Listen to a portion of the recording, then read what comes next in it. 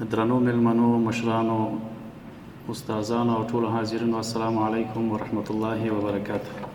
طبعا د داسې مجلس دایرول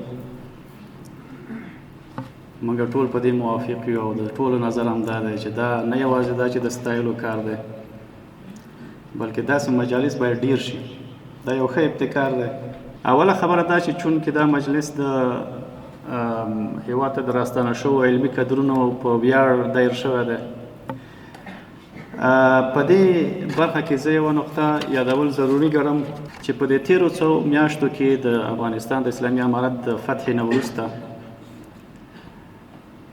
زموږ د پوهنتونونو یو شمېر استادانو د خپله مقدسه وظیفه پرېښوده او بهر تللي دي، د هېواد په مختلفو پوهنتونونو کې، په ځینو پوهنتونونو کې زیات او په ځینو کې کم.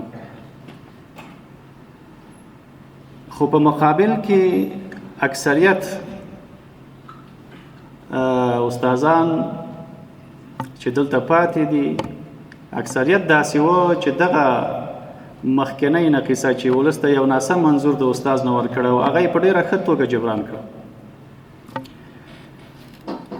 دغه نقیصه چې کوم استادانو جبران کړه، دا موږ په درې کټګوریانو ویشلی شو.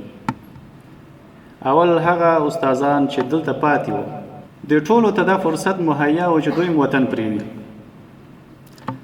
او ډېر ښه ورته مهیا و، شاید اوس هم ورته مهیا وي، خو دوی خپل تعهد او اخلاص دلته پاتې کړو. دویمه کټګوري یا دویم ګروپ هغه استادان دي چې د خپل تحصیل دورې پوره شوه او په دې نږدې ورځو کې بیرته هېواد ته د خدمت دپاره راستانه شو.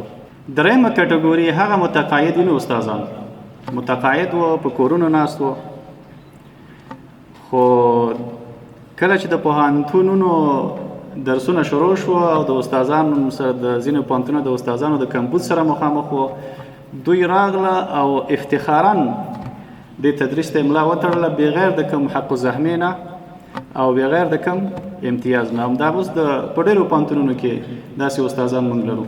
په عموم کې که چېرته موږ غواړو چې ترقي وکړو، مخکې په دې خبرو کې دا اشاره وشوه او ټول په دې باور یو، نو عالي تحصیلات باید تقویه شي او عالي تحصیلات د پوهنتون د تقویې نه غیر نه تقویه کېږي.